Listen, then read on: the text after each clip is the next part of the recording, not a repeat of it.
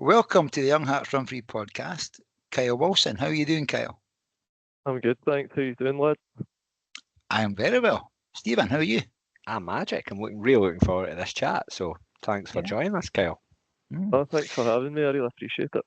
We like our guests to do a wee bit of their own intro. So to get us started, Kyle, what first sparked your interest in running? And have you always been a runner? Have you been running since you were a kid? Give us a background, man. It's a bit of a weird one how I ended up running. So, from a really young age, I was always into football, literally playing it non-stop all day, like for hours and hours. Had quite a big hallway. Had we go set up, we'd run about playing football all day. Basically, that was me as a young kid, always playing football. Started getting into a few other things, like I was playing for football teams, done a wee bit of kung fu at one point for a while, and then further down the line, I started going to boxing. Initially, it was just for fitness, and I wasn't really planning to do much with it or anything, but I seemed to be good at it, and eventually started getting into sparring. And next thing I knew, I was competing for my club. So boxing kind of took over, but a big part of the training to prepare yourself for fights was your road work. So we were just always told to go out and get good miles in, and I was just always going out, and I was always going for speed. Like I wasn't really long distance stuff, but I was always going quick, and I never thought it was quick at the time, but I remember a couple of times I went out with a few guys that were runners, and they would be like, "That's what you do every time you get running." I was like, "Oh well, what, is this not the way you're meant to run?" They're like, "No," and they kind of jokingly called it a boxer's jog, because I was always going like they're like, "Oh, boxers seem to run too quick when it's meant to be a kind of like easy run." So I never really thought much. I was always quick at football and stuff, and I would go all day sort of thing. Like always had good endurance, but never really thought of myself as a runner. And then there was a time my work was organising like a kind of team relay thing called it was at the Monster Challenge up in Loch Ness. So we each had to do a a cycling stage and a running stage sort of thing. And I get lumped with because I was the youngest. The other three guys were a good bit older than me. They were like, right, you can do the kind of steep trail section or whatever. And it was the longest as well.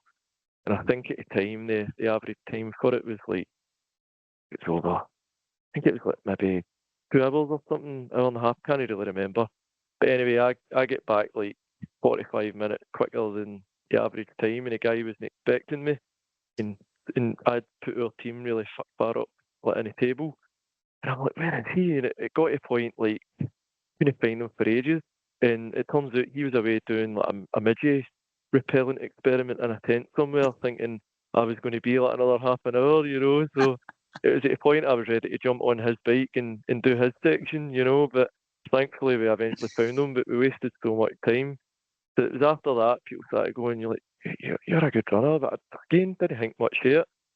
And then again, further down the line, I weirdly got some sort of thought in my head. I went, quite fancy doing a marathon. Just got anywhere. Like I didn't even run very far. Like probably furthest I'd ran was that bit in the Monster Challenge. And I saw Edinburgh was coming up, and I think at the time there was like 3 or 4 weeks before it was going to happen. And I put up a post on Facebook because you couldn't get in at that point. And I just said, "Oh, anybody know anybody that's pulled out?" Somebody contacted me and they're like, "Oh, but this person's pulled out. Do you want to take their place?" So I ended up running under somebody else's name in a Edinburgh Marathon. And he had a prediction time of like 4.5 hours. So obviously I only had 3 weeks to prepare for it. And I did run quite often with like a weighted vest on as part of my boxing training. So I basically just started, doing longer miles with a weighted vest on. I think the week before the marathon, I'd done like 19 miles, like with a weighted vest on. So I was probably running with like, an extra stone and weight on my shoulders.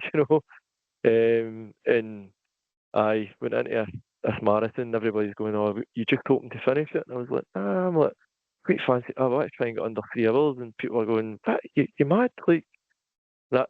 At the time, I didn't know that was ambitious, like, but I quite fancied it at the time, so I went for it. And don't get me wrong, I just made it. I think I was 2:58, but it was a really hot day, and because I started like, in that guy's position, like 4.5 hour prediction time for the first 14 miles, struggling to get past people.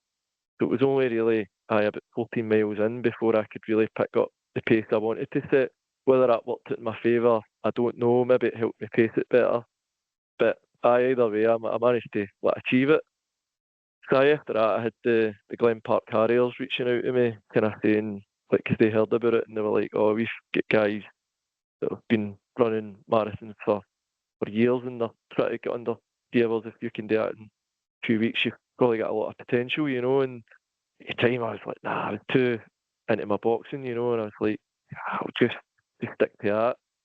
So it was only really when COVID happened, I started running outside a lot, and a friend of mine, Andy McCall, who at the time, I think he might have been a president of Glenpark Harriers at the time, and I think that's when I just opened up a Strava account, and I was still doing my usual, just going out and running fast all the time, and I think I was stealing everybody's crowns at the time.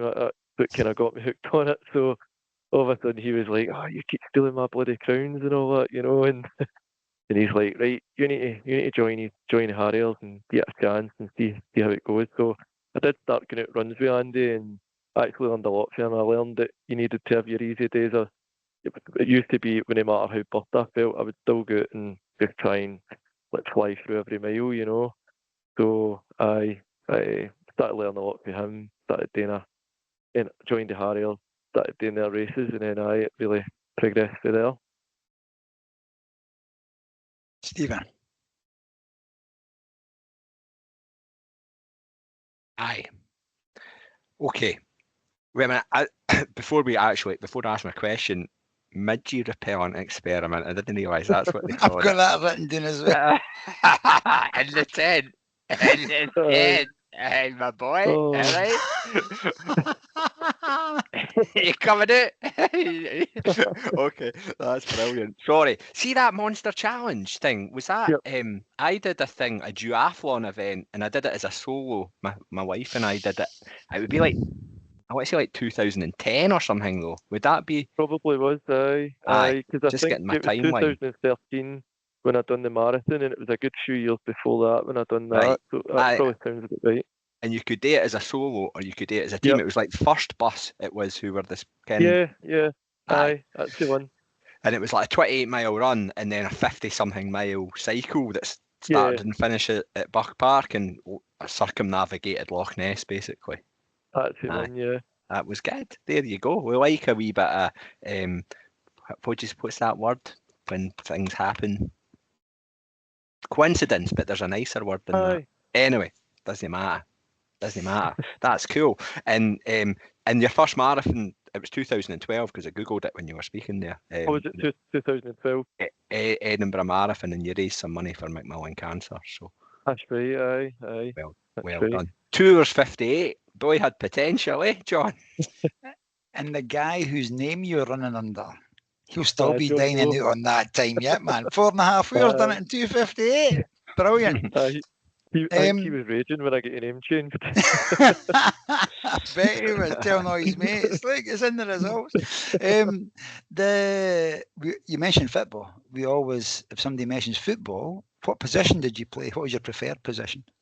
I mostly played on a wing, sometimes up front, but I mostly out wide, mostly because of my kind of speed, and I just wouldn't ever stop running really. So I probably should have known I'd have been good at running with taking that into account, but I had a love for football, so I was never really thinking about it now. I played full back, man. You'd have been my worst nightmare going up and doing that wing like that. Who is your football hero? Who did you think you were going to be? I will always loved Henrik Larsson. Thought he was phenomenal. Obviously, Ronaldo and Messi and Zidane. don't know if you could call him Fat Ronaldo or CR9 or whatever you want to call it, but aye, just too many to name, to be honest, but aye, just loads of players I idolise, to be honest. Brilliant, man. Brilliant. And did you play, what sort of level did you play at? We'll get back to running in a bit.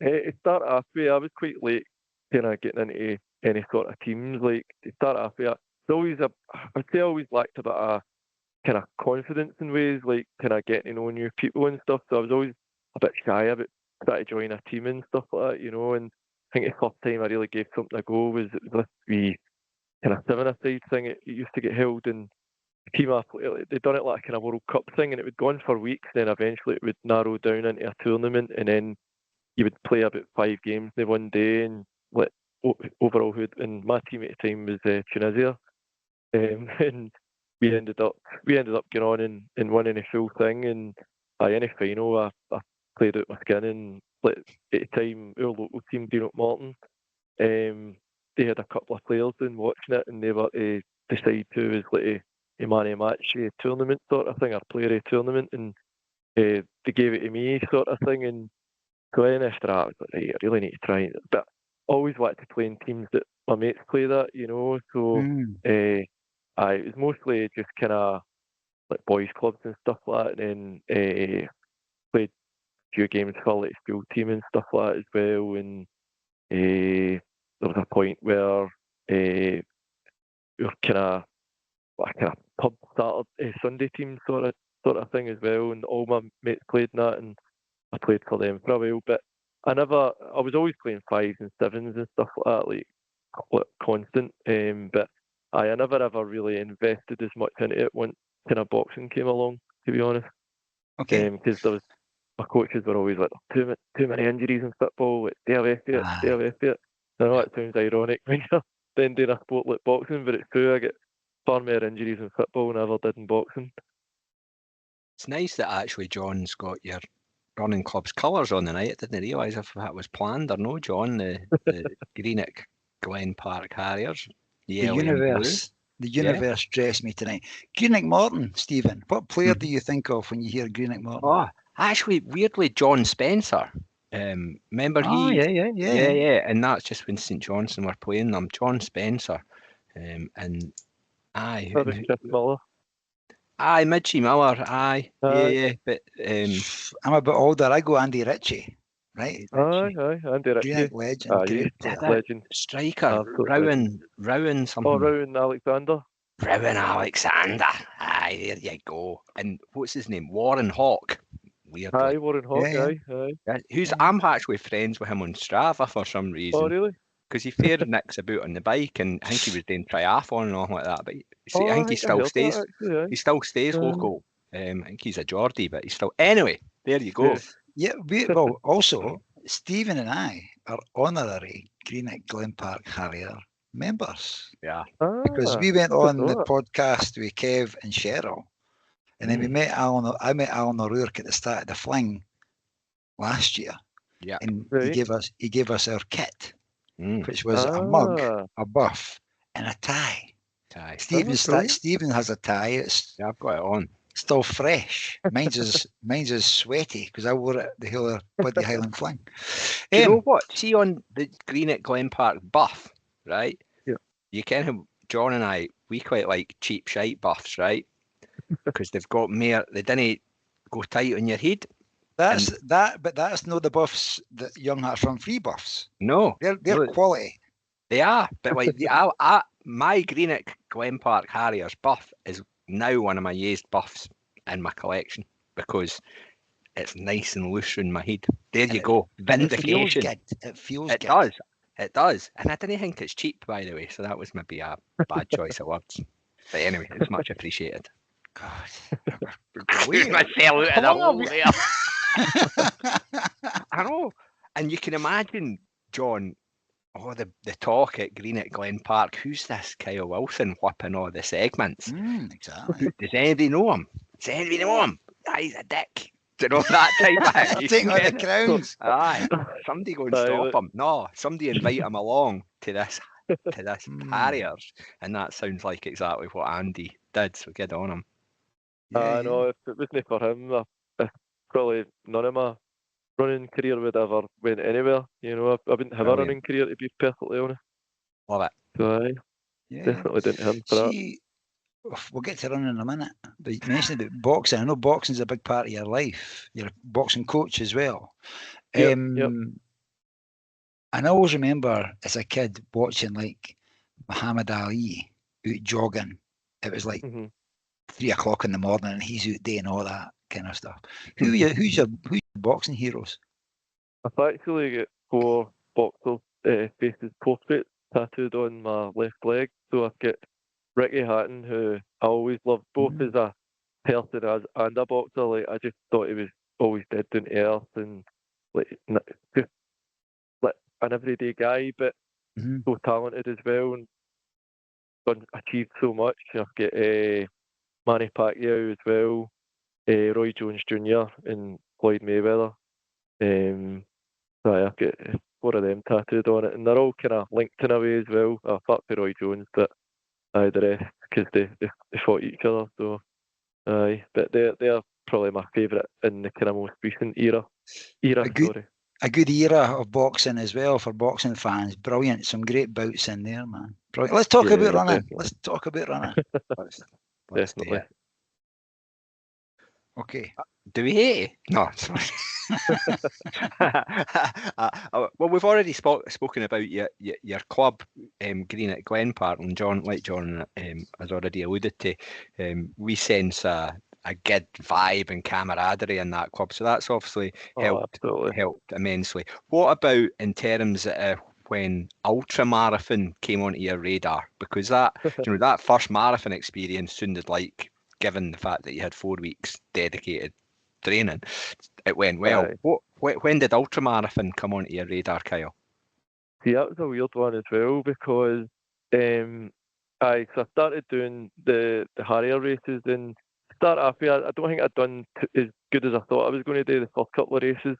Again, I was still going to runs like a day or two before a race and things like that, thinking like that was the right thing to do. But then I started learning the whole tapering process and all that sort of thing, and I was training better as well. Like I was picking up a lot for the other guys in a club, and I was learning a lot for that. And I found gradually I could see myself improving, and I was starting to get better finishes, like starting to get like thirds and seconds. And I think I only really did one full season of the club races, and I think I got a couple of thirds and a second and a first or something like that. And like the quality in the Harriers is really high. You know, there's a lot of really fast guys. So the fact I was even coming close to him, I was really pleased about. You know, and then weirdly it was at Christmas, like after that first season. I think it was a few days after Christmas. I thought I'm going to go out and do a wee practice run marathon, like doing it at Battery Park, you know. And I was just, and I didn't even have water with me, nothing, like nothing at all. And it was a freezing cold day, just out and doing laps around the Battery Park. And I think I ended up doing it in about 2:54 round the Battery, and I thought, it wasn't too bad considering, you know. And then I started hearing about some of the ones in a club like Kev Craig, Vicky, Lorna and all that. They were all like doing these ultras, and at first I was going, why on earth would you want to go any further on a marathon? Like that sounds mental. Like, and initially I couldn't fathom it, you know. I was like, why am I doing a marathon, you know? Like, but then I don't know. I don't really know. Don't know what really.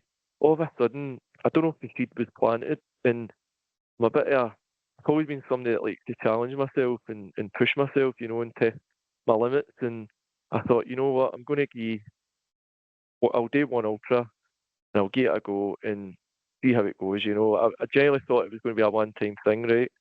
So I entered the Noon in 2022. Again, I probably only knew I was doing it for about 5 weeks, 6 weeks or something, you know. And so I signed up to it. Did not have a clue what I was doing. Like literally, I think it was a day or two before it. I was messaging Kev Craig going, right, what do I need? Like, is it just a case of bringing like a bottle of water or something? Like, no, that. And he's like, no, you should have a running vest. Like, you should be trying to get fuel in constantly. And I was like, what? Like kind of fuel? And so he lended me like some sachets of tailwind and a collapsible bottle.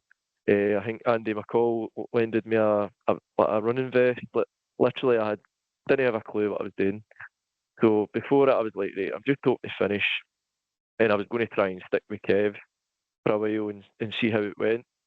And I said to Kev before it, I'm like, how will I know if I'm going about this the right way? He's like, just keep getting stuff in early. He's like, eating a wee oat bar.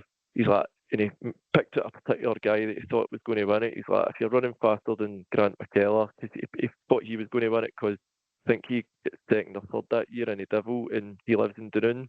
He thought he's probably going to be the one. He beat on the day sort of thing. He's like, if it's early on and you're running faster than him, he's like, you're probably doing something wrong.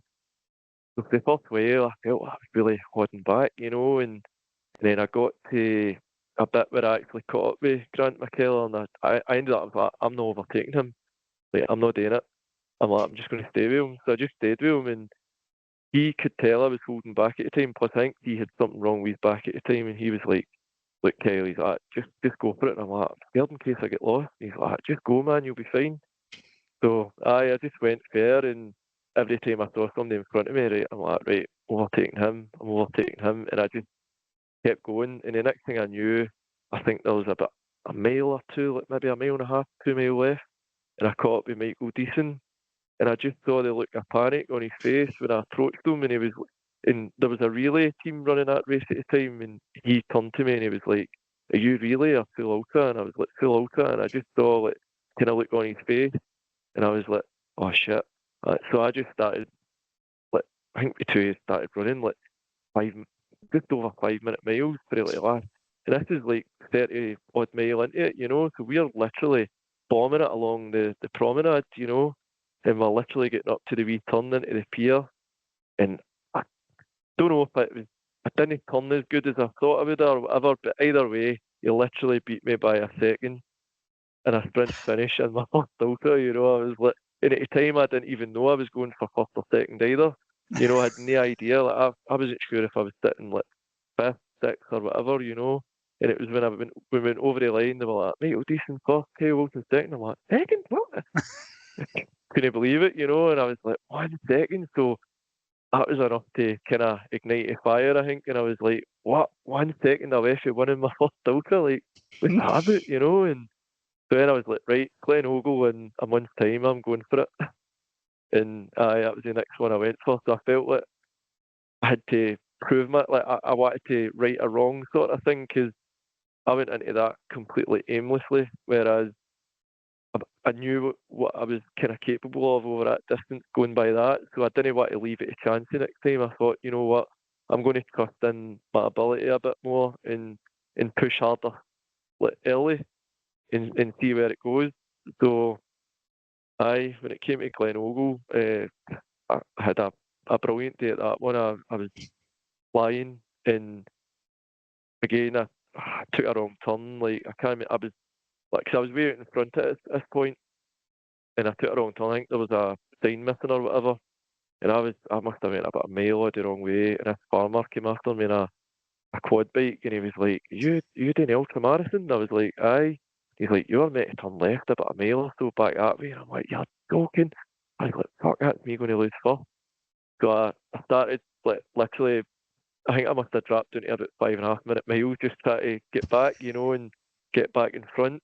And at that point, I think Stu Johnston and Ewan Binmore and somebody else had got in front of me, and I was like, right, I need to get in front of them. So I just ploughed on, and I was like, I need to build up the lead again. That's all I had in my head. And I just kept feeling good up until about the last 3 mile, and I started getting cramped, but I managed to see it out.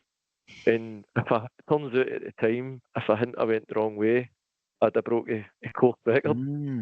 But ended up, I finished, I think I was 3:33. But don't get me wrong, that Stuart Patterson went out and blasted it the next year. So he ended up, I think he was 3:21 or something crazy. So, but brilliant.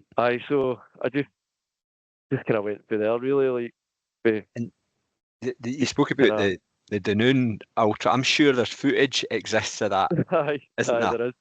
So I've got that mental picture of that playing out in my head, and that was Oh, I'll God, never that was forget 3 it. years ago already. That doesn't seem I 3 know. years ago, but I a know. lot's since happened in the intervening 3 years, and the world of ultramarathons become pretty front and centre for you, Kyle. It's fair to say. Oh, definitely. Like I just feel like I've always got to have something lined up now. Like, Mhm. because even I mean, I was only meant to do one. I ended up squeezing in two at tail end of 2022. Yep. Then into 2023, I won. But they ones though, sorry, they ones are just that step up from a marathon. That it's an extra 6-7 miles, isn't Yeah. it? Yeah. But you've then went further on. So is it what's lit that fire for you? Because eventually we're going to speak about West Highland Way. But so that's a massive jump. Obviously, you've done the Devil, you've done the Fling. Was the West Highland Way? When was that? When did that come on your radar? It was a weird one because initially it wasn't at all. Like, and then when I heard it, I didn't even know it was a thing, to be honest. And then when I heard about it, I was going, "What? 96 miles? Like, how can anybody?" And then I saw the like a record time for it, and even the times people were getting, I was like, "How on earth are people doing that?" And then I think my kind of biggest step up after the kind of shorter ones I'd initially done, I entered the Moray Coastal 50. And I thought, right, I'll see how this goes and see how your legs cope with that, you know. And again, that one was going amazing. Apart from I took a wrong turn about 20 times, gave up my lead about 20 times, and then one of the times I get lost, the guy got in front of us, and I get lost again, and he ended up beating me by 4 minutes. But the two years broke the record on that course that day. Like I think we were over an hour faster than the previous time, and like don't get me wrong, that was an experience because I wasn't looking at names like checkpoints and stuff, and I think I was expecting there to be more course time, and there wasn't. I think if I'd have known the kind of checkpoint names, I would have found my way a bit better. But that's my problem, and it came back to bite me. So I think after that sort of one, I was kind of like, you know what, like if I can do that in 50 miles, what can I do going a bit further, you know? Do you like the thrill, if that's the right word, of a race? I mean, what you would describe it about the noon at the finish. That's extraordinary to hear a sprint finish at the end, though, an ultra like that. But does that push you on that racing hard? Is that what you like to do? I think the thing I like about the longer ones is there's a lot more strategy involved, and I know the kind of type of determination I've got, like, and I'm a firm believer I've got that for like my days doing like my boxing training and all that. Because personally, don't think there's any sport you could be any fitter in. You know, like, it just requires such a high level, and I think the kind of hurt game for the training for that is what makes me be as successful as I've been so far. Like in these ultras, because you know yourselves, like you get through so many moments where you get through hard spells, you do feel pain, and a lot of time it will pass. But there's a lot of people that mentally can't cope with that type of going through any sort of adversity, you know. And I think because I've always been used to pushing myself through hard times, like I think when it does come to that in an ultra, like I think that's how I'm able to dig deep and battle through it, you know, when it go and get tough. And it always does. Aye. Does it the pace you're moving it anyway? Definitely gets tough, man. Definitely. Yeah. West Highland Way, John, you opened the door. Do we want to go there? The 2025 edition. Well, it was certainly on your radar by now because you must have put in for the ballot in 2024. So you had Aye. You didn't hear the 5 week lead in for this one. Nah, definitely not. So take us then for getting the successful ballot entry done. What's that? November, December time. So what's your 2025 build up been for that? Did you do any other races, or did you focus solely on getting the miles in? Right. So I So the West Highland Way quickly became like a sort of bucket list run, like where I was like, at the time I thought that's like the ultimate one for me. Like if I can do that, like that's like my ultimate race. Like, and I thought this would be like the biggest thing I'd ever go for, you know. And I thought, right, if I can do that, that's different, you know. So I knew I had to do the Devil as a kind of qualifier that year, leading up to the ballot. So that was like everything was building to the Devil in 2023. So that was why I did the Mori Coastal. So I thought if I can do that, I'll be good for that. But I entered Glen Lyon as well, which was in June, and it was literally a month after the Mori Coastal, and I started getting like ITB syndrome just before Glen Lyon, so I didn't train for a couple of weeks getting into it. And but don't get me wrong, I started brilliant, it was going well, but it flared up so bad, and the pain in my knee was unreal. And I would never normally like chuck it, but I knew everyone was riding on getting like in the West Highland Way by doing the Devil, so I thought I need to just swallow my pride here, call it. So I think I dropped to 18 mile in. I was sitting second as well, going really well too. But as much as it annoyed me at the time, I thought I've done the right thing because I couldn't train for weeks after it. So I was literally I was scrambling to get a training together for a Devil at the time, and I think I only managed to get about 4 or 5 weeks proper training in for it. And I went into it, and the ITB band was still kind of playing up a wee bit. So I wasn't sure how it was going to go, but I still ended up having a great race. And I think I was sitting first for a good bit. It was me and Michael Deason again, back to haunt me since the noon, you know. Me and him sort of battling it out again. Really nice guy too. I got on really well with him. And I think it was at Kinloch leaving. His legs were starting to feel it a bit, and he caught up with me at this point, and I told him I was feeling it, and that was enough to invite him to push on fair. So I managed to get a good time and finish second in that, and then I was like, right, now I'm praying that I get into West Highland Way. So obviously you never know when it comes down to the ballot, you know. But when I found out I was in, I was like, right, this is different for me, you know. Like everything was all pointing towards that, but then onwards. So in 2024, I think at the time I had put my interest in for the Anglo-Celtic plate, but I never get selected that year for Scotland. But they still advised me to run it, and I thought, you know what, I'll just leave it because I want to focus on a fling in a West Highland Way, and I also wanted to do the Devil that year, like and get the kind of mythical Triple Crown. So I done a fling and had a good race in that, but I deliberately didn't push too hard in it, even as though I did have a good race, and it was a stacked field as well. Like, you know, I was really pleased with the result, but I definitely felt I've done the right thing, not pushing it too hard, because I did feel that I was getting too caught up in numbers on the lead up to it. Again, that was an experience. I was always thinking, right, I need to be out running like 100-mile weeks and stuff, like if I'm going to get ready for this, and I'm trying to do that and tap my boxing training and everything else. And I actually felt like getting into the West Highland Way the first time, I was already pretty buff getting into it, to be honest.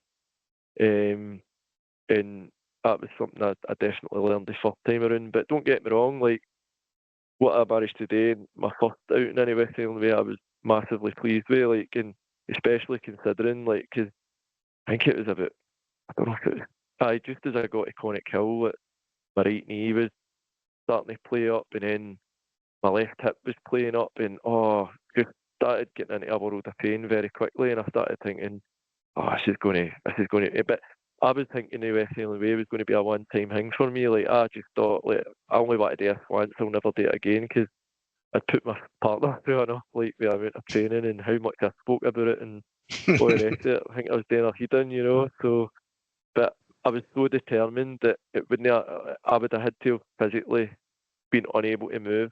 There was no way I was getting to that finish line one way or another, you know. So I did get through some dark times and pushed through it, and then we had the misfortune of the crash, preventing my my crew for getting to Kinloch leaving, so I was running without a lot of stuff, like for quite a long section in the end up as well. And I remember when I got to Kinloch leaving, I was like, I've got nothing left, you know. I think I only had a couple of gels, and don't even think I had any carb drinks or anything, you know. And ended up I was just trying to scramble together whatever I could get at the checkpoint that for other people. And I ended up having to ask for paracetamol and all because my kind of injuries were flaring up as well, you know. But nah, like, when I completed it, like it was the best feeling ever, and to get sixth place and at time considering I was in a lot of pain, you know, like I was over the moon, and I did say when I crossed that line, I was like, never again, like never again. And I did take a funny turn after it as well, and my recovery was pretty slow after it at time. Like I think don't think I was back out running again for a good month or so, Right. because my hip was really bad after it, and but once I did get back into running again, I ended up the end of that year I managed to squeeze in 2 more races, so I ended up doing Dunoon again, which I managed to go out and win this time. The sprint finish, thankfully. And then I went out and done Glen Ogle, which I shouldn't have done because, again, I think it was too much. But I still performed well in it. I still managed to get fifth. So again, can't complain with that. And then all of a sudden, a thought came into my head again, like I need to do this one more time just to see, like try things different to what I learned the first time and see if it can make things better the next time, you know. So when I said to my partner, she was like, "Oh, for God's sake, I've got to get through this again," you know. So but For God's sake, so is that what she said? that's a polite way of putting it. Because it becomes all consuming, doesn't it? It becomes Oh, all consuming. massively. So I was going to ask you though, what were your big learnings from 24 taken into this year? Oh well, first of all, like, the whole numbers thing, like as I said, there was times I was forcing myself to run even when my body wasn't feeling like running because I was like, oh, I need to get 100 mile this week, like, because I think I tried to get about 3 weeks, 100 miles, like maybe like 4 weeks out or something like that for the West Highland Way, and but I wasn't. Sometimes I would try to do like back-to-back runs in the same day and stuff just to try and squeeze the miles in, you know, and I wasn't listening to my body. I was exhausted, you know, and obviously I was getting things flaring up and stuff as well. So I thought something must be causing that, you know. And I tend to always try and do a bit of research on what could be causing certain injuries and stuff, you know. And I started. So I thought, right, first of all, I'm going to try and do more of these strengthening exercises. I started incorporating like plyometrics into my training. I started trying to not get as caught up in like numbers as much. Don't get me wrong. Obviously, you've got to some degree, but I was trying not to like get too caught up in it, you know.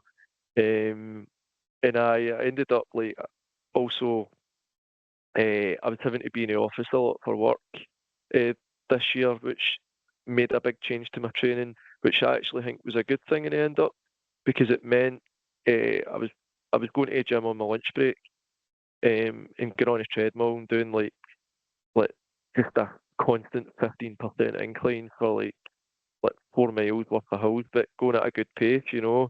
And then I'd have a laptop bag on my back and I'd run from Glasgow to Paisley or Glasgow to Bishopton to go home because it was all flat, you know. So I was getting my miles in that way, but because I was doing a treadmill stuff in that it was a lot less impact, you know. And with the plyometrics, I was just finding myself feeling a lot stronger.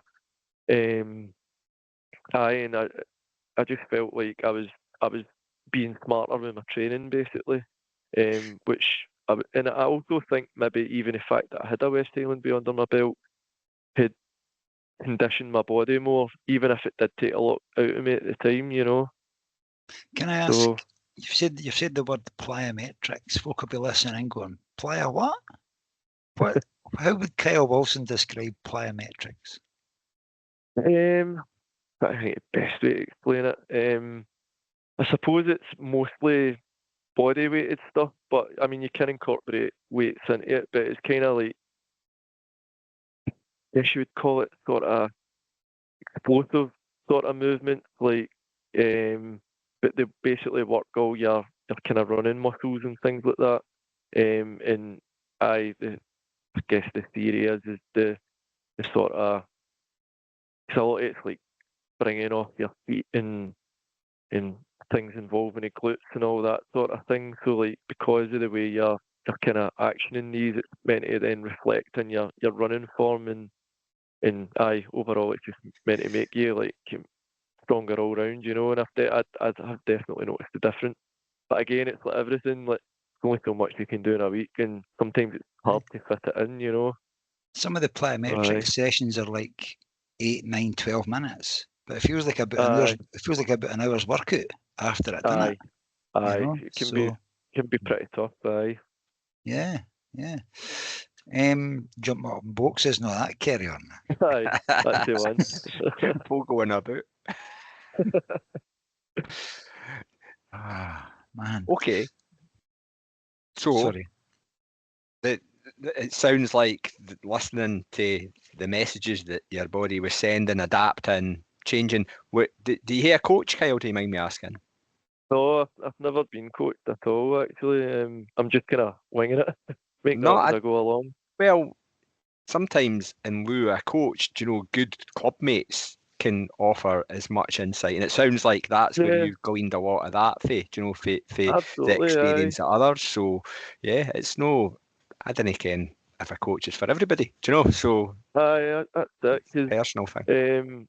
I've made a lot of good friends through ultra run, like ones I've got to know at races and stuff, like like Grant McKellar, Martin Heggie, Lon Crawford, loads of people like that, and I've been out running runs with them, and like we'll talk about our experiences, you know, and they'll tell us stuff that's worked for them, stuff that's not worked, and we'll kind of bounce off each other, you know, and obviously like they've got far more experience than me, and I'm picking up wee tips off them. They've helped me a lot actually. There's a lot of wee tips I've picked up off them over the years, and I helped massively. But I have thought about at times about maybe seeing a bit of coach, you know, because Alan O'Rourke did say to me like early on when I just started getting into ultras, he was like, "Oh, maybe I think you could get a coach. I think that will push you on to another level, sort of thing." And I think he said at the time he was going to reach out to. I think he said he knew Debbie and both what's her husband's name again? Sorry, Marco Cantani. Sorry, got it wrong. Apologies.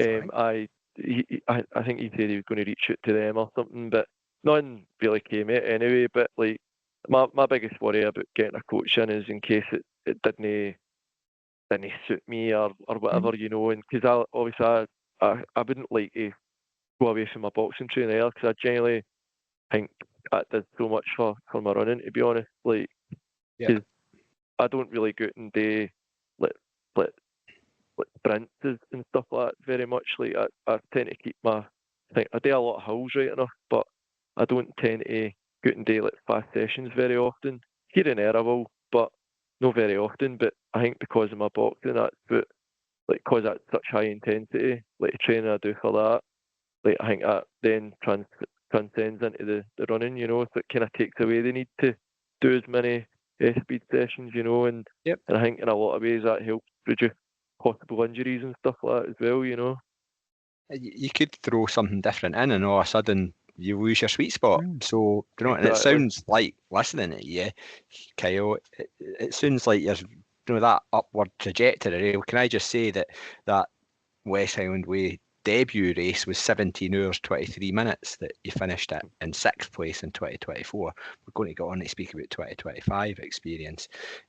So, do you know, at some point it's like, well, John, 17 hours 23 minutes first. I know, for a debut. It's phenomenal. Phenomenal. So yeah, and then 2025, you've done the Devil again this year. You bettered your time for the Devil. Massively bettered it. Chiselled that down to 5 hours 37 minutes, 3rd place. Aye. And then the West Highland Way beckoned again in June 2025, and it was a warm one. Aye, it certainly was. it was especially on the Saturday afternoon temperatures. I don't know. They were getting up sort of mid higher 20s. How then did that pan out, and how did you use your experience for 2024 to help make that day go as good as it did? Aye, so like obviously, like, I knew there was a lot of good runners like that were taking to the line, and I was like, right, it's going to be a hot one. I'm like, I don't want to get caught up in what anybody else is doing. I'm like, this time I'm just focusing on me and my target. I wasn't thinking about positions or anything. Like, I was just like, I just want to better my time. Like, but I did want to factor seriously in the heat, because I was like, that is going to come back and bite probably always at some point in a race, Mm-hmm. So that was my kind of target. I was like, right, just keep consistency, and I don't get carried away with what anybody else is doing. And I pretty much what the plan was, and I took like a lot of lessons learned for the previous year in terms of stuff I'd discussed with my support crew as well, and I'd listened to other people's, like, especially like Stuart Johnston's one's a perfect example. Like stuff he did when it was hot that year, like a lot of that I factored in, which was a massive help.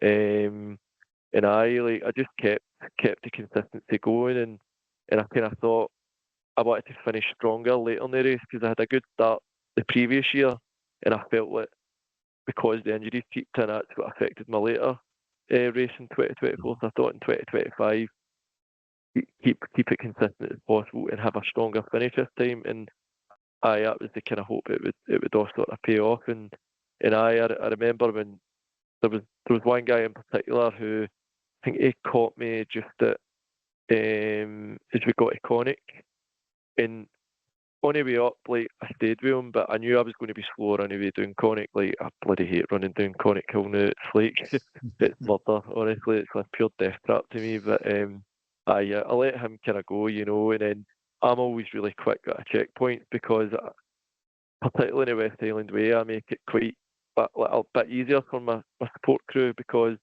I let pre-plan.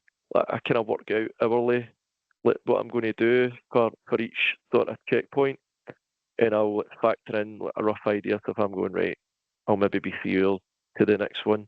I'll pack like a pack with like gels and carb drinks or whatever. It's basically sitting there for them to pass to me for most of them. Obviously things will change along the way, but that's a way for me to sort of speed up getting away from the checkpoint. So I got in front of him after that checkpoint, even as though he'd got in front of me because I was so quick out of it.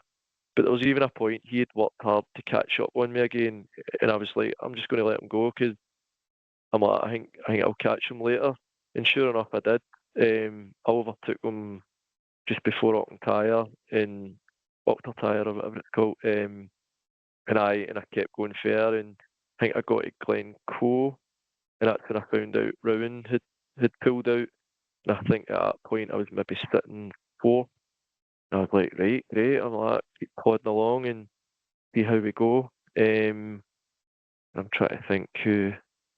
And then after that, it was Paul Pecura that was in front of me. And I don't get me wrong, like I felt really bad for Paul as well because obviously he ended up pulling out at Kinloch leaving, and I know how good a runner he is, and it's a shame that his race ended there. But when I found out that was me then in second, like I was then playing it cautious because I thought, right, last thing I want to do is something to go wrong with me and for me to blow up. So I did start taking a wee, like, just before like Glencoe onwards to Kinloch leaving, I started kind of taking a wee bit longer at checkpoints just to make sure I was getting what I needed before I set off again. Because I knew going over that section after Kinloch leaving was going to be roasting. And sure enough it was, because I found myself even stopping at wee rivers just to splash water up my face to try and cool myself down because it was boiling. But it was weird. Like I would say, actually best I've felt over that sort of distance, you know. Like, literally, I kept thinking I might cramp up or I'm going to get pains or whatever, and it never came, you know. I just felt strong a whole way. And Brilliant. in hindsight, it annoys me because I'm like, I know I could have got a better time, you know. Like, and I did have stomach issues, right enough. That's something I forgot to mention. There was a point I was feeling pretty sicky, and I was like, I need to go to the toilet, you know. And I ended up running into Bridge Orkney hotel, and there was only one toilet, and there was a guy waiting to use it. I was like, stuff it. I'm like, I'll keep going.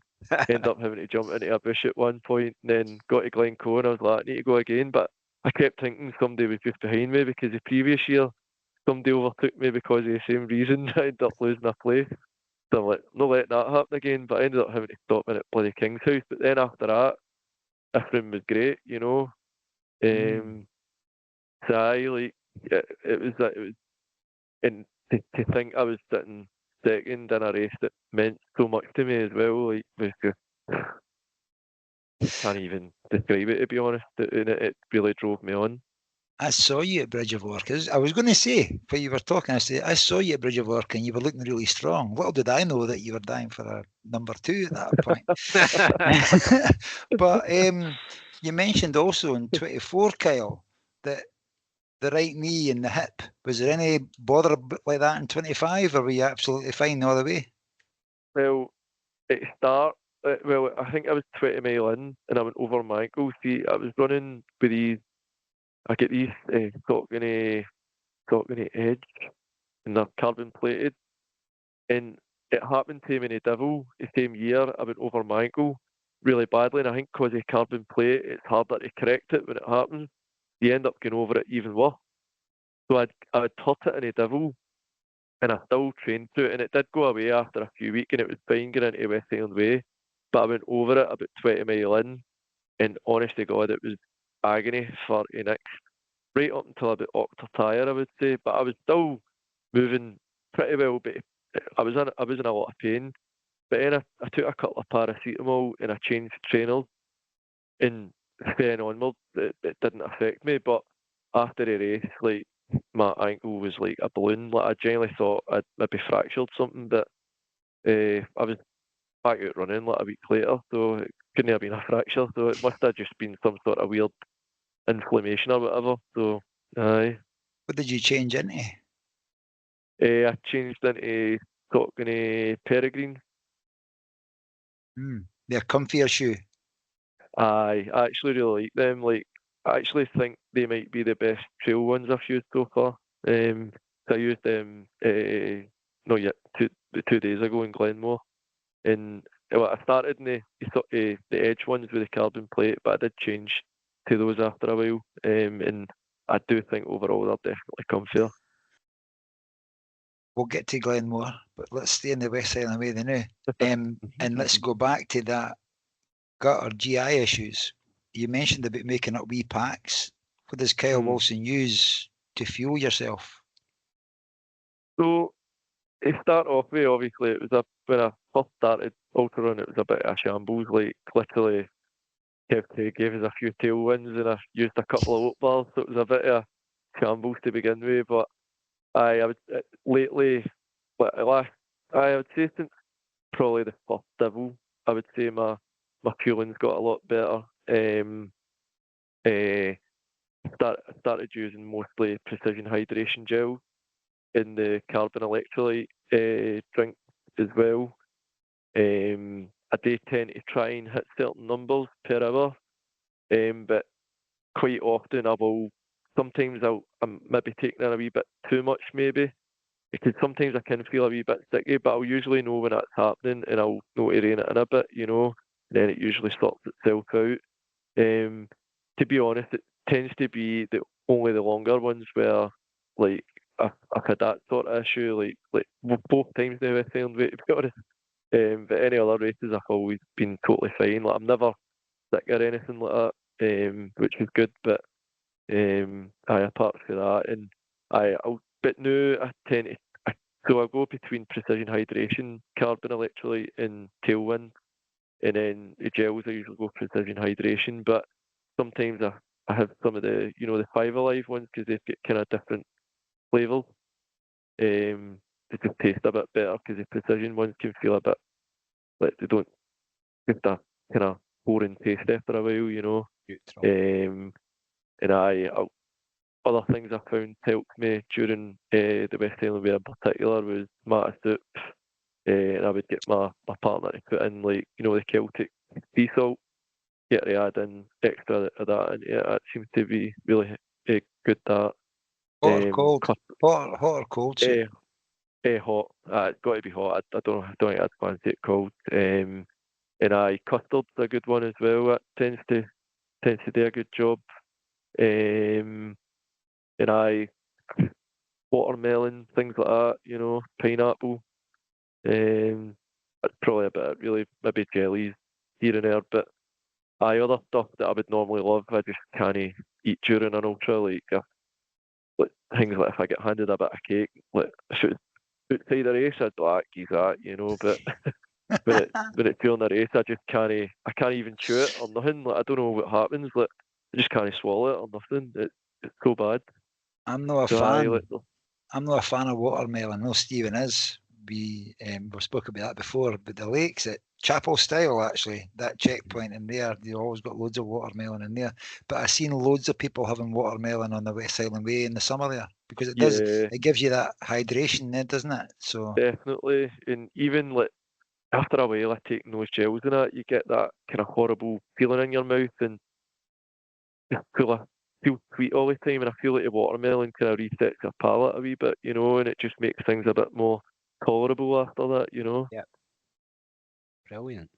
And then you spoke about what you had on your feet, Kyle. And what about your other favourite bit of kit at West Highland Way? What would you never left home without in a long run?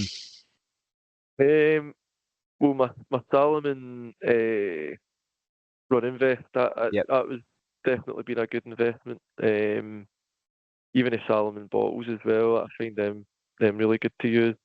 And it's not so much a running piece of kit, but it's something I've invested in recently, and I feel it's made a huge difference in terms of recovery as well as I used it quite a few times during Glenmore, and it was that Therabody Theragun Pro Plus.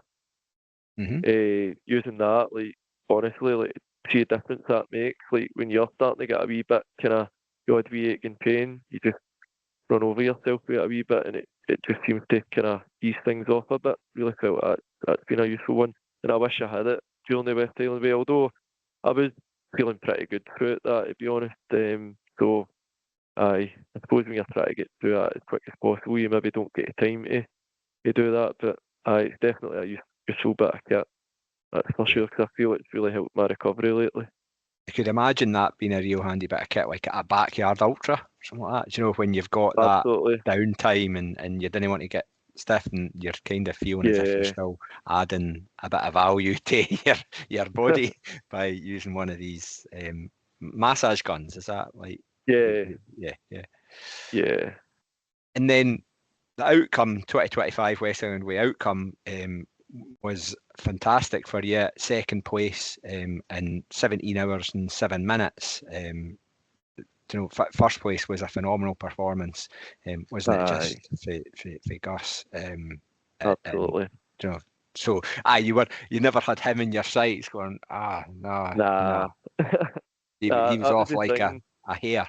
He went away really, really quick, and I was like, I did think it was going to be either him or Rowan that was going to go on to win it, and I knew Paul would have been up there as well, and I kind of, to be honest, I thought it was going to be them three for the top three, and I thought maybe I could have pushed, maybe for best that I might have got was third, but it was, to me at the time, it was not really about positions. I was just wanting to kind of improve my time, but I did want to get a better time than what I got, but I felt like, given the conditions, it was the right way I went about it, and I definitely, I just still can't believe that I managed to end up getting second, to be honest, and I'm like, how do you? The only way you can get better than that is winning it, and even that, like, but like, I can't believe it, to be honest. It was an amazing feeling, and I still don't think it really sunk into me yet. John. I was going to say, very well deserved second place, because it sounds like your race management was spot on in that. So the lessons learned for the year before, you've taken that on board, you've implemented it, and I'm going to be cheeky in a minute, right? You've bettered your time, but is there a wee itch to scratch to go sub 17? There is, and that's the thing. Like, when I looked back, it like my time, like on my Strava, like where you see like your lap time and your moving time and stuff, and I'm like, when I saw that, I'm like, I wasted a lot of time, because there was one point, like, I was at Bridge of Orkney, and because where they need to park your car, like, it's a bit far away from where they were meeting me, Uh-huh. and at the time we were changing shoes, and in fairness, I didn't really explain it to Caroline at the time, like, because I'd never done it before, in fairness to her. Like, this is a thing I got off of Martin Heggie. He's like, make sure you get talc when you're changing your socks, just to help prevent blisters, So, and I think she brought over the wrong trainers. Like, I can't remember what one she brought over, but it wasn't the ones I wanted to run in either.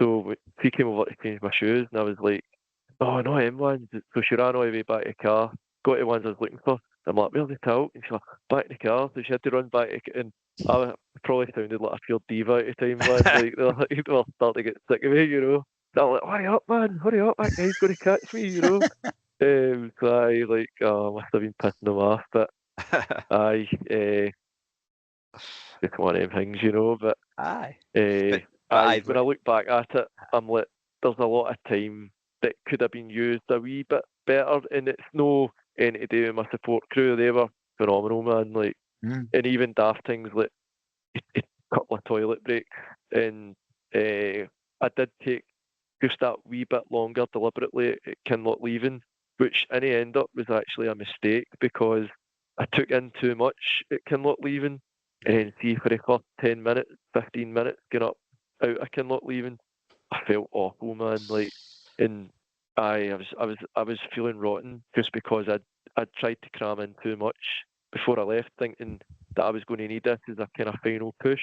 Uh-huh. But so I know for a fact I could have comfortably broke 17, even if I never done that, I think. But that kind of scuppered me a wee bit, I think. But there is always that kind of,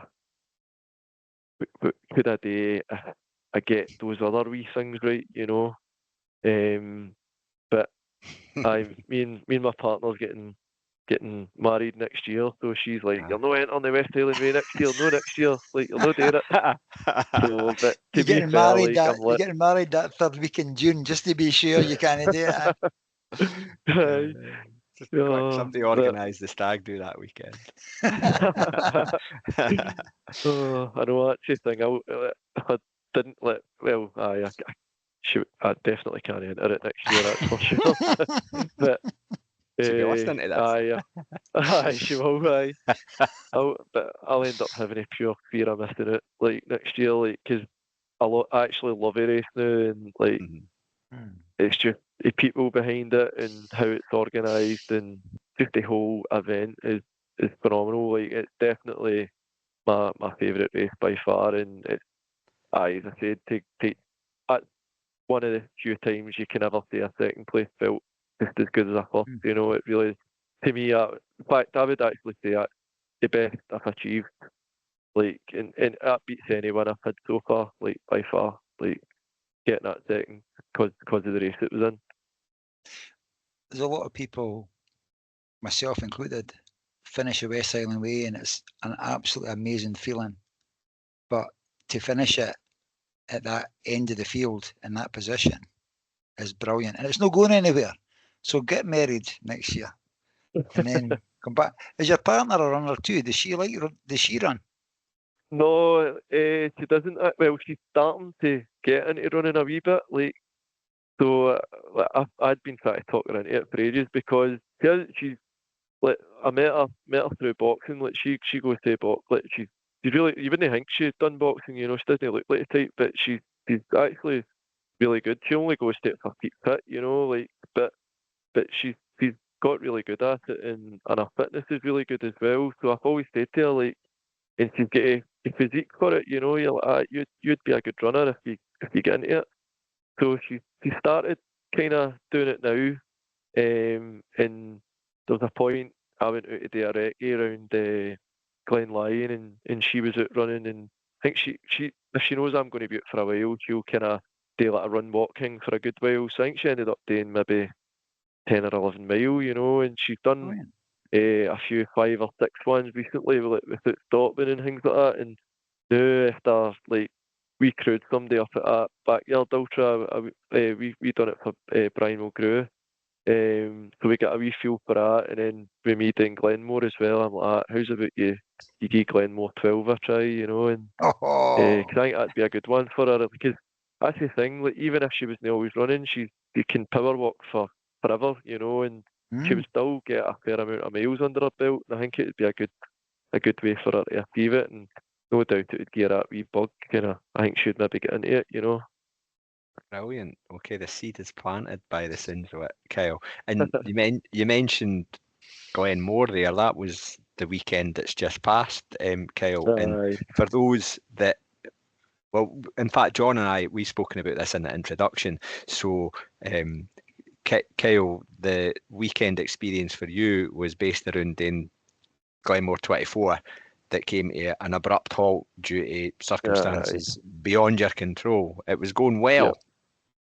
I actually think it was going really well. Like, because obviously I was initially meant to be doing Tyree Ultra like, on the 7th, like, on the Sunday there, because I initially thought I was going to be like in a bad way after the West Highland Way. So planning ahead, I thought, right, I'll go for Tyree. Like at least it's a shorter one, even if I'm a bit buffed after the West Highland Way.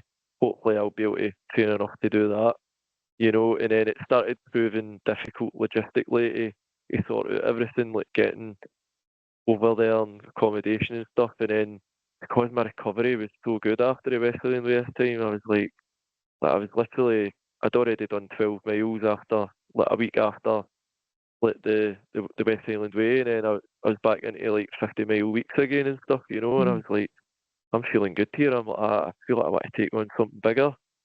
So because I crewed for Brian at that backyard, it kind of got into my head, and I contacted Bill, and I was like, any chance I can get into this? And he's like, aye, that's fine. So I'm like, right, this will be a great way for me to get, because it bugs me that obviously West Highland Way is not quite 100 mile. I know it counts, but it doesn't in a lot of ways, you know, and I'm like, it bugs me. So I was like, I need to get to that 100-mile mark and then see what else I can do, sort of thing. So that was how I thought, right, Glenmore 24, perfect way to go for that, you know. So I started off, and I had a terrible, like, we went up the Friday, but nearly ended up with a disaster because we were about half an hour up the motorway. And I jokingly said to Caroline, I was like, did you put a head torches in a van? And she's like, I was joking to her, and she was like, I don't know if I did. And I'm like, oh, please don't tell me please tell me you're joking. She's like, no, honestly. So we pulled in at a side of the road, had a wee look, couldn't see him anywhere, and then two was like, that was your fault, no, that was your fault. And we're like, having to drive back, so we wasted like an hour and a half just to get back and get bloody head torches. But I mean, it was better to find out then than get 12 hours into the race and discover, oh crap, I've not got a head torch, you know. So we were a bit late getting up, and then we get a gazebo and all that set up, and then I don't know what it was, I just couldn't sleep. Like, I just couldn't switch off on nothing, so I've lucky if I even had an hour's sleep the Friday going into Saturday. But to be fair, I didn't feel bad for it. And the race started, and I saw like what the record was on it and stuff, and I was like, is it something I could aim for? I don't know. It was a really good record that Paul Pecura managed to get. I don't know if it was last year or the year before. And I'd kind of looked at roughly what I'd need to run to maybe get to it, but that was just like, if it's there, great. If it's no, then it's not a big deal. Initially, like, I wanted to get a good 100-mile time and then to see what happens, sort of thing, like, and get as far into the hundreds as I could, you know. So I felt great the whole way through it. Like literally felt brilliant, and everything was going great. Honestly, just never walked a single hill or nothing. I was literally just doing it, no problem. And I think I was on mile 84 on the 14-hour mark. I think I was literally just a few minutes after 14 hours or something. And they'd kind of said to us that like the wind had got mental down at the bit where the gazebos are. But out in the course itself, I didn't feel it was as bad. There was areas where it was, but obviously trees are protected, and that's obviously what their worry is. They're worried a tree's going to end up coming down on somebody. Plus, I think down at the kind of main bit, there was gazebos flying about and taking people out and stuff, and I felt bad because poor Caroline, like she's doing it herself, like in our gazebo, trying to hold on to the gazebo with dear life whilst trying to stir soup and bloody make up my drinks at the same time, like as if she's playing a game of bloody Twister the way it was going, But aye, they kind of pre-warned us that they were maybe contemplating postponing it for a couple of hours, and I was like, at first I'm just thinking, please don't dare to me, because I want to get my 100 mile, at the very least, like a good 100 mile time. And as I said, mile 84, 2 o'clock in the morning, they're like that, you're not going to like it. And I'm like, please don't tell me you're calling it, man. They're like, we'll look to start it again at 5. So that's bad enough, and I'm thinking, God, I've got to sit about for 3 hours, my legs are going to seize up. I'm like, 100 mile time is going to be affected by how long I've been sitting. I rest it, so get to 5, and I went up to ask, and they're like, we're going to check your weather and we'll get back to you. So they came out and told everybody that we're going to need to call it. We need, the weather's meant to get worse in the next couple of hours. We need to think about everybody's safety. And obviously, at the end of the day, everybody's safety is the most important thing. But obviously, yeah, you know what it's like. As a sportsman, just want to achieve what you want to achieve. You're no parties like, I just want to get it done. But safety's the main priority. So fair play, they made the right call. But obviously, I'm gutted because I never got to achieve my 100 mile again. So I'll never get to. There's still unanswered questions about how could I have maybe got close to the record, or could I have passed it, or or would it have went tits up? Who knows? Who knows? I'll never know. And sometimes these things are sent our way so that we contend with them. On the bright side, you got 84 miles done in 14 hours. At that rate, you would have had another 10 hours. If you kept that rate up, that was another 60 miles or 10 laps at the rate you were going. That's in close to the course record. Because I was pretty consistent. I was pretty much doing a full lap in about 35, 40 minutes tops. So I was pretty much sitting just over 9-minute miles, all the way, and I was running every hill. The only time I was ever stopping was to grab a couple of things off of Caroline and then carrying on. And I did stop in at mile 60 to change my footwear and socks. And then my plan was to stop in at 100 and change my socks again, and then go for there. But obviously never got up far, so I was devastated. But I mean, I suppose the only consolation I can take is it wasn't anything I did wrong that I never achieved it. It's just one of these things, and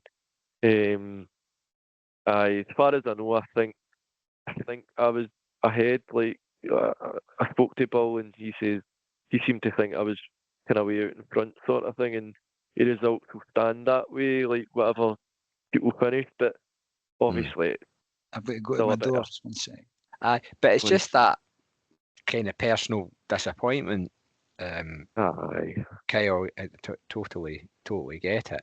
But then you've got an 84-mile run in your legs at the weekend. I always try and look on the bright side, and that course will be there again, and you'll be maybe a year wiser or whatever, 2 years wiser, depending upon what happens next year. I did hear a few pals who were up there, and the gazebos were fleeing about. But where the sort of hayfield sits, it does sit in a sort of more exposed sort of bit where the wind whips through. Because I remember the years that I've been up there, and once that I did the 24, and then another time I was up supporting John, and it was similar. It wasn't like gusty out on the loop, but actually at that bit it was almost like a wee microclimate almost, Kyle, that had a bit of a different sort of the wind whipping up, and you're like, did he snatch this away from me? But I'm sure it was the right decision, for like you said, safety is paramount, can't be too careful. And unfortunate as it is, here we are. Legs feeling all right? Surprisingly, don't get me wrong, they were a wee bit tender yesterday, but the said using a massage gun, honestly, I actually felt like I could have probably went a runny day, but I'll definitely be back out tomorrow again. Literally was feeling good too, and fair enough if you were suffering or hearing kind of wasn't a good day, but when you were, it sounds like to me that you were on it, you were flying, and all signs were looking good, and then snatched away. But I know. To be fair, see, when I was sitting waiting until they were going to make an announcement at 5 whether it was going on or not, I was sitting on a chair for 3 hours in a gazebo, and Caroline was knackered. She was lying because I wasn't giving her any rest, but because she was literally getting no time because I was being too quick getting back round again, and she tried to do 101 things at one time. So she was trying to go for a sleep, so I was left trying to guard the gazebo, and I'm sitting there stressed out, holding on to a gazebo, and I'm thinking, God, this is what we had to put up with last time while I'm running. I'm sitting here stressed, and I'm having to do tell you what, hold on to a gazebo, It's a hard enough gig to support at the best of times, let alone with 100%. extra risk to contend with. And I think having that couple of years enforced break, you're not going to be the same when you go, because you've lost the momentum, haven't you? You're going at that 84 miles in 14 hours, consistent pace and doing all that. Taking an hour or two off, with the best will in the world, you're going to stiffen up, Exactly. So yeah. If you fell, I still felt up for it when it got to 5. I was still I still want to go and do this, and I was. That's a mindset, though. That's that mindset, which is brilliant. I'd have been like that. Fuck, that was a lucky escape. I'm away to the road. Start the car. Let's go. Okay, John would have been like that. Got fucking ignition on, boy. You're taking you home. We're out. Anyway, no, I jest. I can absolutely empathise with how you're feeling, Kyle. So what is then next on the horizon for you? What you got lined up for the rest of this year or beyond? Well, initially I wasn't planning to do anything else this year, but I always say that, and there's always ends up being something keeping in near end. I might try and squeeze something in before Christmas. And I would one of my ambitions is I'd love to get that kind of chance to kind of represent Scotland in either a Celtic plate or something, or even when I was doing Glenmore at the weekend, I was talking to I don't know how to say his second name, but I know his first name, big Polish guy, Lukasz, who ran for Scotland in the backyard. I don't know how to say his second name though, unfortunately. Nor do I.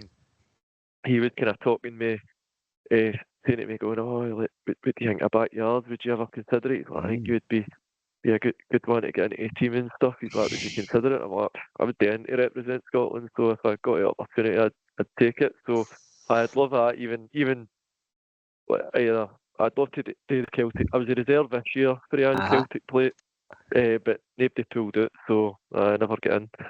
But I'd love to get that opportunity, just to be able to say I've represented my country, even if it only happened once. That would be amazing. I love hearing the passion in your voice, what that would mean to you. And I think you'll get it. You'll definitely get that. I hope so.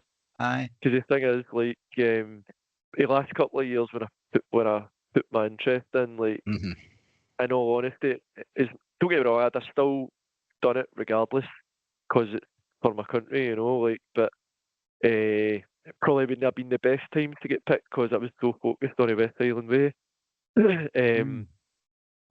Like that year there with the Devil being early, I think the Angelo Celtic plate there was like a week after, and I probably wouldn't have been worth a button a week after the Devil that year early, to be honest. So they probably done themselves a favour not getting me brought in at the last minute in. But obviously, like, if I'm not, like, because I'll not be entering the West Highland Way next year, like that would be a much better time. Maybe it's meant to be, man. Maybe hopefully. It's meant to be. I love it. I do fancy seeing what you could do on that. You know, totally different terrain. So on the flat, fast. You know, you can whack what's 100k, 61.5 miles. But I'm backing you that you could. So I see the thing is, like, although all ultras are predominantly trail, I don't even know I'm even a trail runner. Like, still working that out. See technical downhills. Honestly, I wouldn't say I'm that good on them. Like, I'm sometimes like a bloody granda coming down them. Like if they're really technical, I'm hopeless. Cause whenever I'm out doing like off-road stuff with Andy McCall, he'll bloody fly down them, man. Like, as if he's got no fear in the world, you know. And I'm just like, don't mind me, I'll get you to the bottom. I'm going doing it like a bloody granda, you know. But don't get me wrong, in a race I will get doing it quicker than I would in a training run, you know. A training run I will be more cautious because I don't want to risk injuring myself. But it's not my, I wouldn't say it's my strong point anyway, because even a lockside bit of the West Highland Way, so going down Conic and the lockside bit is the two worst bits of the West Highland Way for me. Like, terrible, honestly. Like, in a fling, I lost like 2 positions in a fling because of the lockside bit. I think I was sitting, I don't know if I was maybe sitting up the 4th in a fling, and then Elsie Davis and Paul Coutura passed me on a lockside bit, and I was like, here we go. Like, that's 2 positions gone, and I was never going to catch them because they're too good. Once they get in front, you're not catching them again, you know. Whereas your Battery Park, like you spoke earlier about just doing a marathon round Battery Park in Greenock. Now I follow you in Strava, and I think I can imagine that it's just a flat loop, you know, and you're just like in that monotonous battering along, nothing obstructing you, good flat terrain. I would like to see what you could do, John. Yes, get it on the North Inch, man. That's dead. Oh, aye, exactly. Yep, definitely. Gosh, man, go for it. I think like my next the next big one I want to go for. Probably, I would love to do it next year, but the wedding kind of putting that on hold. So, I would have been signing up to race across Scotland if it wasn't for that. But real date's literally 25th of July, and I think the race across Scotland's like a week before. So, I don't think he'd be too happy if I was spending fucking 7 hours at the weekend or 10 hours at the weekend out running and stuff, you know, to prepare for that when we've got all that coming up. So, that's definitely the next kind of. But I think that's the next kind of that's like my West Highland Way now. Like, aye. It's just when you think you've done what you want to do and achieved what you want to do, and somebody goes, "Have you heard about this?" It's just that next thing. There's always something else, isn't there? Absolutely. And then I've got that Grant McKellar's always trying to talk me into the bloody winter spine and all that as well. And I'm like, oh, I don't know about that one, but that one sounds brutal. But that's what they do. That's them planting the seed, isn't it? That's what 100%. Happens. I'll end up doing a race across Scotland, and I'm like, right, winter spine it is. Have you thought about Lakeland? Does that come on your radar? Actually, that's something I'm definitely thinking about. I think, obviously, going by a podcast the other week, it sounds like it's always better to dip your toe in 50 first before you jump into 100, going by what he was saying about it, you know, because last thing I'd want to do is jump into 100 and underestimate it, you know. So I don't know if I'd maybe do a step-by-step process, but I'm not quite sure yet. But definitely that's definitely one I'd I'm be pretty keen to sure go it's the 25th of July next year. Aye, Oh, you're ruled out. You're oh ruled well, out. You can't I'll do wait it next next year year. then. You can't do At least I can do both the same day. That would be something. Right, Stevie boy. Yes, we've got Dialect we- dictionary. dialect dictionary. So is it Greenock, Port Glasgow? Is it Port Glasgow, yeah. Port Glasgow? But So they're kind of similar anyway, you know. you kind of run Uh, into one, eh? You Aye, would that's say it. that. Aye, So a word or phrase for throwing into the Young Hearts Young Free Dialect Dictionary, Kyle. See, I was kind of struggling to think of one that purely Inverclyde based, but probably, I suppose one I could throw in is maybe, if you're ever doing this way and you're looking to buy like a rolling square sausage or a rolling long sausage, down here they call it a rolling slice or a slice roll. So, aye, that's maybe one I could throw in. So you don't look like outsiders when you come in for one. You get a white pudding. I've not seen that about, to be honest. I've heard it, but I've no. None of the places down here tend to sell that. A roll and slice. John? Oh man, Is I've it had in? a Aye. oh definitely. A I double. found that out hard. Oh, aye. Oh, aye.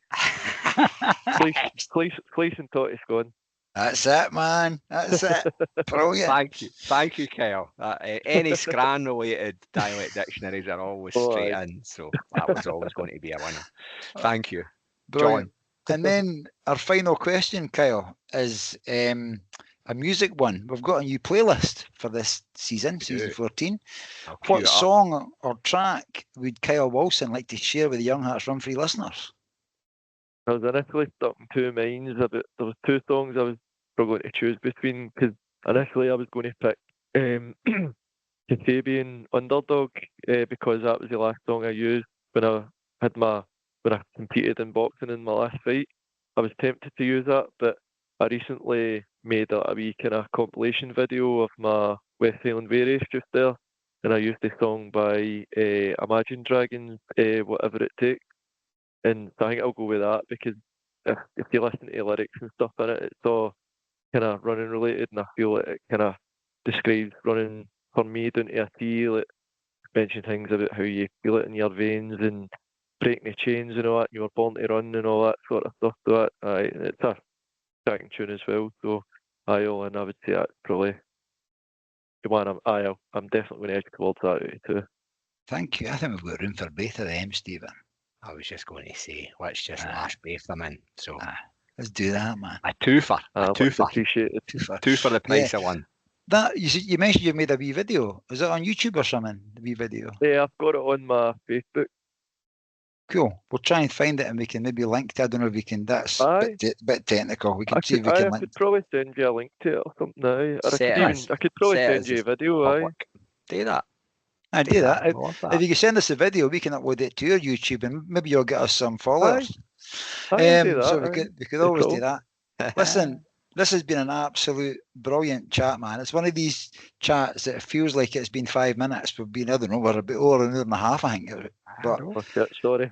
But no, yeah, it's been apologise. It's been absolutely brilliant. For records for it. And I'm wondering if Martin Heggie's becoming the new Adrian Stott, Stephen. I know. Yes. 2 weeks in a row he's been mentioned. He has been. To be fair. Ian Bethune mentioned him last week. He's coming this sort of Yoda type figure. I'm waiting to catch up with him. He's full of knowledge, to be fair. Like, and experience he's got, man. Like, unbelievable, you know. I mentioned Muhammad Ali earlier on when we were talking about boxing. But I always remember Mike Tyson. When I watched a program about him, the way he researched previous boxers and he knew his boxing history. Martin Heggie reminds me of the way Martin Heggie thinks about running and has learned about running, and the knowledge that he shares reminds me of the way Mike Tyson was, but just that wanting to learn as much as he could, you know. And then share it. Yes, quite openly. Definitely. Share it and give people tips. Absolutely. That is amazing. Yeah, he's a lovely guy. Previous guest, friend of the show, Martin. I know we've not caught up with him for a wee while actually. Yeah. we must do. But this has been brilliant, Kyle. Thank you so much for your time. And as they say doing Greenock Way, en avant. It says that on the Greenock Glenpark. Forward. Forward. Definitely. There you The go. only way to look. I'm going to pass over to Stephen to wrap us up, but thank you so much for the chatting, Kyle. No, Thank you. Just like what John says, thanks for joining us, Kyle. It's went by in an absolute heartbeat, so that's always a good sign. Good luck, whatever you've got next on your agenda, including the big day next year. And if you're up for it, I was here to come back and chat about another experience. We'd love Absolutely. to. Really enjoyed that, Kyle. Thanks so much. Anytime. Would it be alright if I gave a wee quick shout out to the ones that supported me in the West Highland Way? Yeah. Absolutely. So obviously my partner Caroline, she's supported me in all my races, and she's honestly been phenomenal. Like, she's training to race day, unbelievable. And any ones that's been part of my crew in the West Highland Way was Tony Morris, Susan Thompson, and Joan Morris. Like, to me, they're absolute legends, and what they did for me, like, in both races, like, I'll always be forever grateful for it, you know. And I just felt they deserved a mention for everything they've done. So I didn't want to leave it there with it. No. Absolutely. Definitely. Really It's very important. I think we've all crewed as well for people. You know, it's a tough gig crewing on the other side, you know. 100%. So I think they've got a harder job, to be honest. I genuinely do. aye, well, they do, because you get less sleep for a start. You know what I mean? You're Aye. trying to be on the go, Aye. and you're trying to be on it as well. So yeah, no, brilliant shout. Well done, and well done to your crew for doing that. Your big challenge now is to get the words Young Hearts Run Free podcast into your wedding speech. How do you think about Definitely. that? So, I'll get that sorted, don't worry. no, brilliant. Thank you, Kyle. Thank Cheers, you. Kyle. Oh, thank you. Cheers. Thanks.